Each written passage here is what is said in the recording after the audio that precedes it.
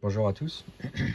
Je voulais partager avec vous une expérience que j'ai eue récemment avec des adaptateurs USB. C'est de l'USB classique. Là, j'en ai un autre pour servir de référence et vous montrer un petit peu le souci. Alors, vous voyez, c'est un adaptateur USB classique, marqué CE, donc normalement aux normes de sécurité. En fait, bon, j'ai eu un souci, c'est que cet adaptateur, il va quasiment dans aucune prise parce qu'il a une forme un peu particulière. Donc je voulais récupérer la carte à l'intérieur pour faire autre chose. Alors c'est un adaptateur USB que j'ai eu avec un autre appareil que j'ai acheté, qui était assez cher. Et ça servait d'alimentation à une petite, comment on va dire, une petite lampe à LED circulaire autour d'un objectif. Et donc, je l'ai ouvert. Et donc déjà, on voit ça s'ouvre assez facilement. C'est juste clipsé. Donc là, quand je vois un système d'ouverture comme ça, j'ai déjà eu un doute sur comment dire, le respect des normes de sécurité. Parce que normalement, ces appareils-là, si on tape dedans, ça ne doit pas pouvoir s'ouvrir.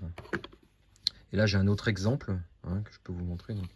J'ai viré la carte. Vous voyez, il est aussi marqué donc CE. Donc normalement, il est aux normes réglementaires en termes de sécurité. Vous voyez, si vous tapez dans ce genre d'appareil, ça s'ouvre et on accède directement au contact. Donc c'est plutôt dangereux, donc à pas confier à des enfants ou quelque chose comme ça, parce que s'ils tapent dedans involontairement, l'appareil s'ouvre et on accède directement au contact. Et là, c'est un peu pareil, vous voyez. Donc c'est juste clipsé. Si on tape dedans violemment, ça va s'ouvrir. Et vous voyez, il y a deux pins là où vous avez le 220 volts en sortie. Donc ça, c'est déjà pas terrible. Donc ça peut pas respecter les normes de sécurité, ce genre d'appareil, si c'est juste clipsé comme ça. Donc voilà, et après la seconde surprise, c'est la carte à l'intérieur. Bon, on voit, c'est du genre super basique. Il y a très peu de composants, pas de filtre. Et il y a un autre souci que je vais vous montrer. Alors, je vais prendre une autre carte pour vous montrer. Voilà normalement à quoi ça ressemble. Donc il y a un peu plus de composants. Là, c'est une carte, donc je vais zoomer un peu pour qu'on voit mieux. Là, c'est une carte, donc l'entrée du 220 volts est ici, on voit LN, donc ligne est neutre. Il y a des condensateurs de filtrage, une bobine de filtrage à l'entrée pour limiter les parasites, des condensateurs. Voilà, un condensateur, là, ça doit être bon pour la haute tension, après redressage, voilà, on voit 450 volts. Et la partie donc transistor de commande, etc. Et si on regarde, après là on a la partie donc basse tension, c'est un 5 volts, donc deux condensateurs, un filtrage, d'ailleurs le redressement quelque part, ils sont en dessous, vous voyez le redressement. Et il y a une isolation galvanique. Vous voyez là, on a dans cette partie-là le 220 volts, dans cette partie-là le 5 volts. Et c'est bien séparé, avec un optocoupleur ici et un condensateur qu'on appelle souvent condensateur de sécurité. Et ces condensateurs-là, ça passe à peu près, ça supporte quelques kilovolts, de 1 kV à 4-5 kV, parce qu'en fait, c'est pour éviter les parasites. En sortie, le transformateur la haute fréquence, il n'est pas parfait, donc ça peut générer des hautes fréquences en sortie. Pour limiter les parasites et tout ça, on met ce condensateur, et aussi pour éviter que les tensions montent trop haut potentiellement et que ça claque l'optocoupleur ou le transformateur et qu'on se retrouve avec un court-circuit entrée-sortie. Donc il y a un condensateur là qui sert de bypass, on va dire haute fréquence. Et donc ça génère un très léger courant de fuite, mais toutes les alimentations à découpage sont normalement faites comme ça. Donc vous voyez une alimentation à découpage, on voit bien la différence en termes de fonction. Je vais dézoomer un petit peu. On voit bien la différence en termes de matériel, etc. Et de sécurité. Et là, quand on regarde celle-ci, je reviens sur celle-ci. Alors c'est pareil, vous avez la partie 220 volts qui est ici, diode de redressement. Alors au passage, il n'y a pas de fusible, je pense que c'est ça qui fait fusible. Et là, la partie isolation galvanique, donc elle est là. Et vous voyez, donc c'est très près. Donc il suffit qu'il y ait un petit peu d'humidité ou quoi que ce soit à l'intérieur, et vous avez un passage. Mais le plus fort, c'est ça. Parce que là, vous voyez, donc vous avez du 220 volts d'un côté, et de l'autre côté, le 5 volts. Et ça, suffit la moindre humidité en dessous, etc. Ça crée un court-circuit. En plus, cette pièce-là, ces petits condensateurs, hein, c'est pour quelques dizaines de volts hein, normalement. C'est pas fait pour supporter des centaines de volts. Donc ça, c'est clairement à bannir et c'est clairement inadmissible. Là, il y a un risque d'électrocution hein, à la sortie. Hein.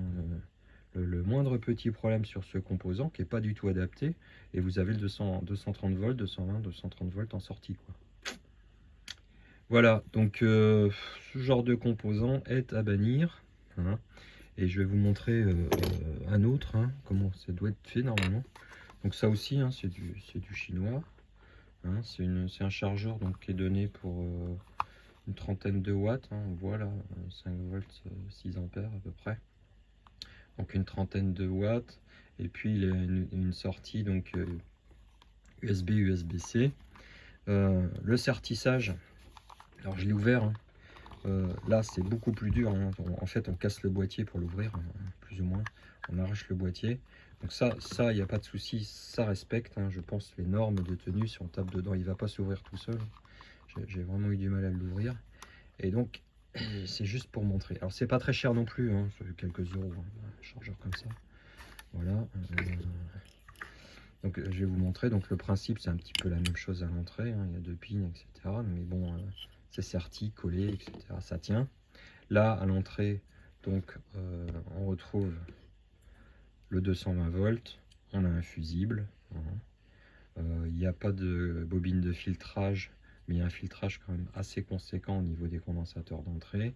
Là, on a la partie donc 220 avec les circuits de découpage et le contrôle qui est là.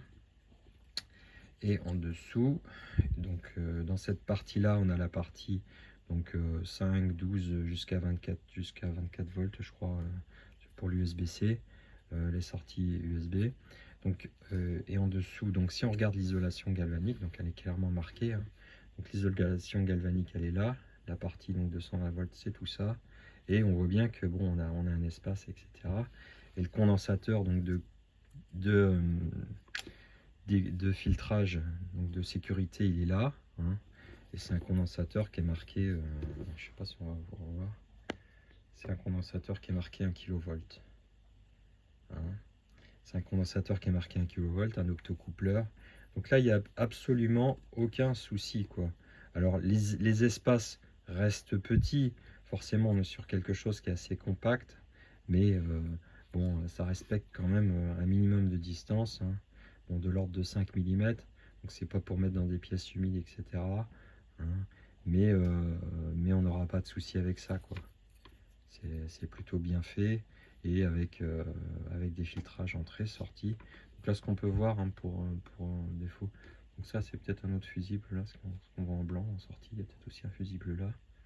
Ça, c'est un circuit qui sert à piloter les tensions pour l'USB-C, parce qu'il faut savoir que l'USB-C, comme il y a plusieurs tensions qui peuvent être en sortie, il y a un protocole de communication avec le chargeur, et le chargeur donc, qui permet de définir si on est en 5, en 9, en 12 volts ou autre. Voilà. Donc voilà ce que je voulais partager. Hein. Attention avec les chargeurs USB et comment les reconnaître un petit peu.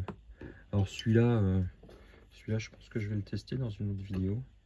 Je vais essayer de mettre, je vais le brancher, puis je vais mettre à la terre à la sortie. Et on va voir. Je pense que là ça va fumer. Hein, et qu'on va se retrouver avec du 220 volts en sortie. Allez, bonne journée à tous. Salut!